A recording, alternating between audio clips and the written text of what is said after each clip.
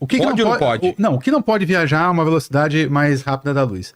Nada que... partícula massiva, um ente físico que carregue energia, carrega informação, energia, massa, e isso não pode viajar a uma velocidade da luz.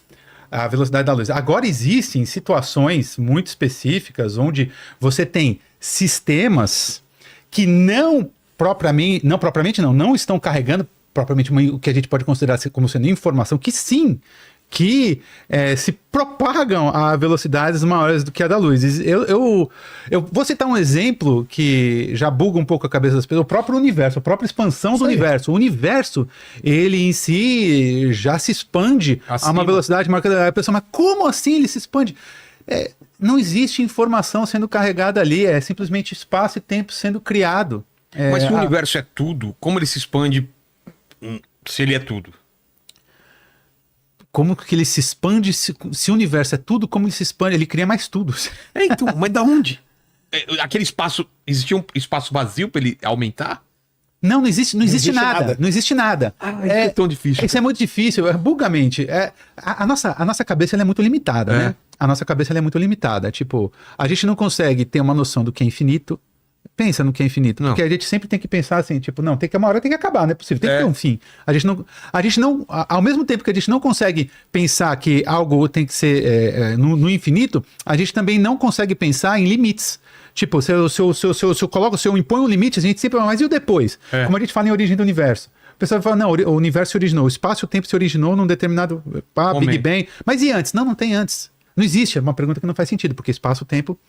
Agora, voltando a essa questão do tempo, e aí você falou aí da quântica, o que acontece, mas aí vamos deixar para o programa de física quântica, é que a física quântica, a gente chama que ela é um tipo de teoria que a gente chama de não causal. O que isso significa?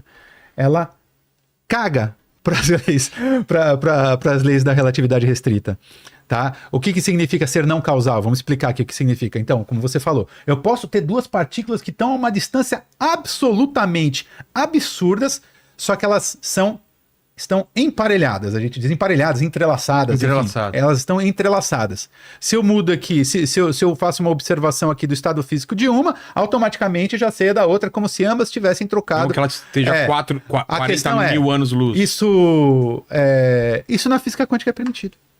Porque ela é uma teoria não causal. Eles estariam a uma distância que a gente chama de não causal, ou seja, não teria como haver troca de informação instantânea. A não ser que a informação travecasse mais rápido que a velocidade da luz. Exatamente. E mas aqui, aí quebra a relatividade. Então, por isso que o Einstein era pistolaço. Era pistolaço com a física quântica. Ele era pistolaço com a física quântica. Ele falou, não, isso não pode. Enfim, mas isso aí é... Mas é provado. Isso. Existe. Não só provado, como o cara ganhou o prêmio Nobel. Ganhou o prêmio Nobel em 2023 agora? Ano passado? Ou foi 22?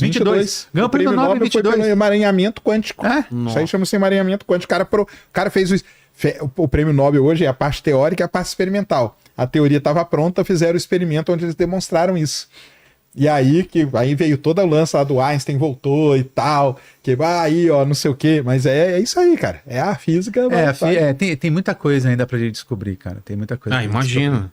Então, ali simplesmente a relatividade restrita, o Einstein não funciona nessa situação. Quando a gente vai pra mecânica quântica, física quântica, é outro universo, né?